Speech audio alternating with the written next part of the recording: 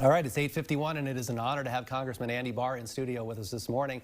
Thanks for coming in to see our new place. What do you think of our new digs? It's beautiful. Really enjoy it. Right in the heart of Chevy Chase. Yeah, it's beautiful. We love it here. And, most of us are feeling it, though, right now in the groceries and at the gas pump. What are you hearing from the community right now in regard to inflation and what Congress can do to try to fix this? Well, my constituents are very concerned about inflation. We're experiencing the highest rate of inflation since 1982, 40 years. We haven't seen inflation like this since Empire Strikes Back was topping the box office.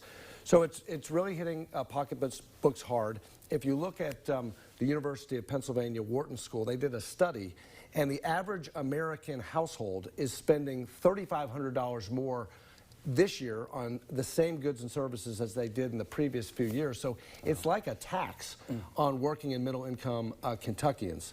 So it's a classic case of a supply-demand mismatch. You have constrained supply, you have supply chain challenges. All the while, the overspending that's happening is creating excessive demand. So we need to get that supply-demand right. And also there's a role for the Federal Reserve here. They've been very slow in tightening monetary policy. And in my role on the Financial Services Committee, I have oversight over the Fed. We want the Federal Reserve to anticipate some of the fiscal policy mistakes that have been made and unwind their balance sheet. There are many areas, rural areas in Kentucky struggling with local hospitals shutting down, bank closures and consolidations. You have legislation right now to incentivize bank formation in rural areas. Why is that so important? Well, we've seen a real decline in the number of bank branches, especially in rural America. And as a result, many Americans don't have access to financial services, and access to capital has been constrained. And that really limits people's economic opportunities. So we want to make it easier for new banks to form in this country so that people, especially in rural America, underserved areas, have access to credit, access to capital and banking services.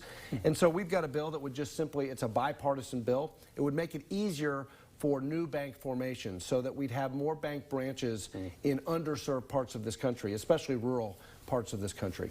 And President Biden's his vaccine mandate on private employers was recently struck down by the Supreme Court. Why did you so strongly oppose the vaccine mandate, and what did you do in Congress to address your concerns with the mandate? Well, I was proud to support Operation Warp Speed, which was a historic public-private partnership that resulted in multiple safe and effective vaccines available to the American people in record time. What I oppose, especially when you have a tight labor market and when it's so hard to find workers right now, is a mandate, an unconstitutional mandate. The federal government doesn't have the authority to dictate to Americans whether or not to take a vaccine or what course of health care treatment. So while I support vaccines personally, I don't think it's the role of the federal government to mandate that on private employers. The U.S. Supreme Court agreed, and they properly struck down this mandate, and I think that's appropriate. Whether or not you want to take a vaccine should be between you and your doctor, and we certainly shouldn't be constraining the supply of labor, making it a choice between getting a paycheck or getting a vaccine for Americans. We need to give Americans the freedom to choose whether that's the right health care that they choose for themselves between them and their doctors. All hot topics, and we are so glad to have Congressman Andy Barr in studio with us to shed some light on where he stands on this and what he's doing for Kentuckians throughout this very difficult time in society. Thanks again for coming in. Thanks, Paul. All right, Justin, over to you, my man. Now, your forecast